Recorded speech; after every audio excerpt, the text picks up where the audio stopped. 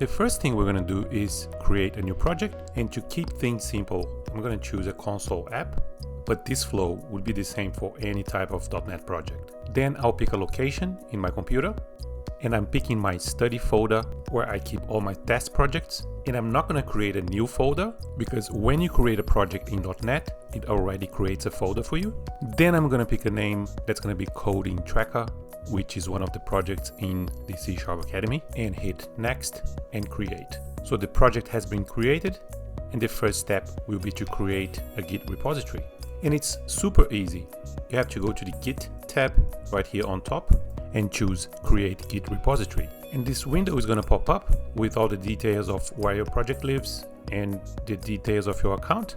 And I'm getting this message saying that Coding Tracker already exists. So I'm going to change the name to make it clear that this is a study repository. And of course the name is totally up to you, but I suggest you try to keep it consistent and have a naming system that makes things easier when you want to search for your repositories.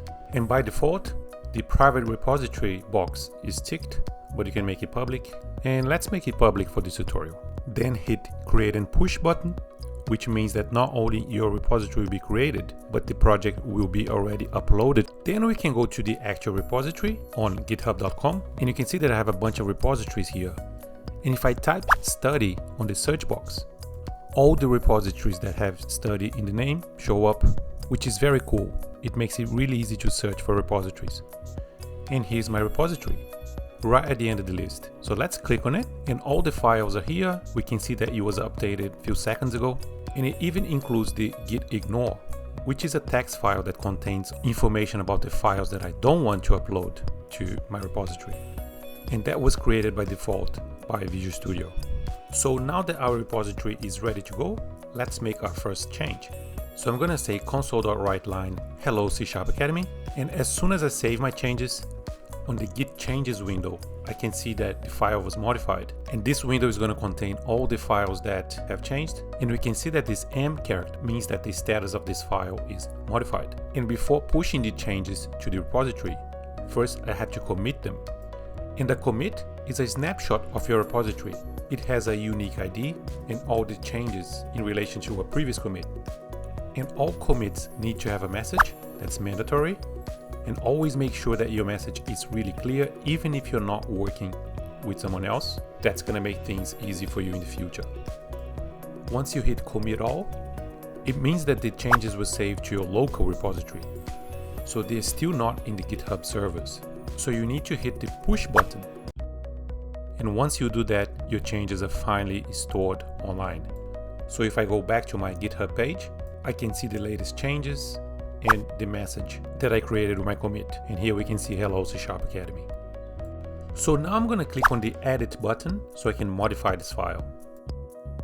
And I'm going to say hello C# Academy, one more modification. And that's going to be an actual commit as well. So if I scroll down, I can see the commit configuration, and then I'll hit commit changes. So we can see that the file was successfully modified. So let's go back to Visual Studio. And obviously I still don't have these changes locally. So now I'll hit the pull button. And pulling means that I'm going to bring the changes from the repository, and my local project will use the latest commit. So once I hit that button, my file will be modified. So it's going to contain the last change in the last commit. Now let's have a look at fetch. Back to my file, I'm going to copy and paste my statement multiple times just to make it easier to visualize. And then I'll commit with the message. Now we have many messages, and hit push to the repository. Then back in my GitHub page, I'm going to edit my program.cs file again. So I clicked the edit button, and again, I'm going to keep just one statement. And I'll make a commit with the message, keeping one message. Then I'll hit commit, and back to Visual Studio, I'm going to hit the fetch button. And what that does is, it brings in the latest commits, but it only makes them available locally. So it doesn't check your local repository out to the latest commit. And to visualize a list of all the commits in our project, we can hit the View Branch History option in the Git tab. And that will open this window with the information about our previous commits. And this is the commit that I did remotely in the GitHub website. And we can see here in the incoming tab that there is one commit. And this is one of my favorite areas when working with Git in Visual Studio. I spend a lot of time here. There's a lot that we can do. And if you click on the commit, you can visualize the differences between current and the previous commits, which is extremely useful for your workflow. What was deleted is highlighted in red, and what was added is highlighted in green. And if we go back to the list of commits and hit pull, our project will be using the latest commit. So if you hit refresh, we can see that the commit is now part of our local history, and our project is using the last commit. Now, in case I don't like my changes, I have a couple of options to revert them. If my changes are already in the remote repository, the easiest way is to revert them. So if I click on the revert button, I'm basically creating another commit, undoing all of the changes in the last commit. And when I confirm that change, we can see here that there is a message, revert completed and committed. So now we have a new commit, a reverted commit, and all we need to do is to push it. Once we've done that and hit refresh, we'll see our latest commit, which has as a message, revert the name of the previous commit. If we go back to the GitHub page, we can see that the revert was saved to the remote. Now, in case our changes are only local, we can do a reset instead of revert. So let's modify the file and do another commit. So this one will have as a message, I wrote a method, so now it's committed. And let's go back to the branch history so we can do a reset. We can see the latest commit in the outgoing tab. And that's because it hasn't been pushed to remote yet. Now, if you right click on the previous commit and choose to keep changes, the latest commit will disappear, but the changes will remain. So let's click on that and then refresh. And we can see that there is no more outgoing commit, but we are keeping our changes. So let's commit these changes again. And again, the message will be, I wrote a method. And if this time we right click on the previous commit and choose to reset, delete,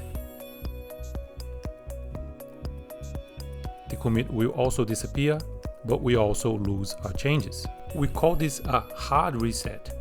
So always be careful with these because you might lose your changes. But now let's have a look at branches, another one of my favorite features of Git. So let's write a bunch of new changes. I'm going to write 3 new methods and save, and then I'm going to create a new branch. So here I can choose new branch in the Git tab. So we're going to be presented with a dialog, and we can choose the branch name. And again, make sure your names are consistent and clear. Personally, I like to enumerate my branches to keep things organized, and you can also choose which branch your branch is going to be based on. Right now, we only have the master branch, so that's not really a concern. But that's very important when you're working in a repository that has multiple branches. Then you're presented with a few options, and that's because before creating the new branch, I have changed the previous branch. So I'm being asked what I want to do with those changes. And one of the options is to stash those changes, which means that I'm saving them, but cleaning my files back to the latest commit. And in my case, I want to bring the changes with me. And since this is the first commit of this branch, I'm going to say initial commit, and then commit and push my changes. Back to the GitHub page. Once I refresh, I can see that there is a dialog with all my branches. And the reason why I really like working with branches is because they are quite independent from each other. So it's very easy to navigate into a new branch, to visualize the state of my repository at any given time. If I click on my new branch, I can easily navigate through my files at that stage. So back in Visual Studio, if I go to Manage Branches, I can see a list of all of my branches, and I can easily change my current project into one of those branches. And that's a bit harder to do with just commits. So if I click on Master, I can see that my project is now in the previous state. And if I click on my second branch, the project will have the corresponding state again.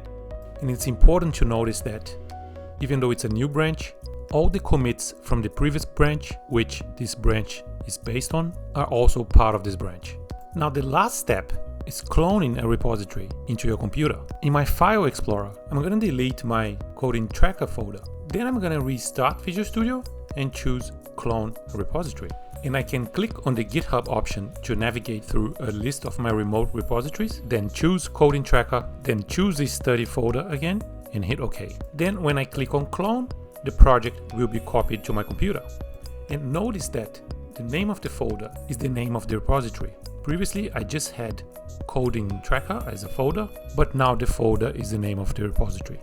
Now, just before we finish, here you can see where I keep all sorts of notes, and that includes notes related to programming. And I have a section dedicated to Git. So whenever I realize that I'm using the same commands over and over and always having to look them up, I put it in this list so I can quickly look it up when I need it. And the last tip is to search when you want to find out how to do something with Git. So here's an example of something that I've recently searched, how to merge two branches, and I can always find a bunch of answers, especially in forums like Stack Overflow. Just bear in mind that there are hundreds of commands in Git, and Visual Studio doesn't support all of them. So sometimes you're gonna have to use the command line. So that's it. I hope you enjoyed the video. Please hit subscribe and please comment below if there's something else you would like to know about Git and Visual Studio. And don't ever forget to save your changes. See you next time.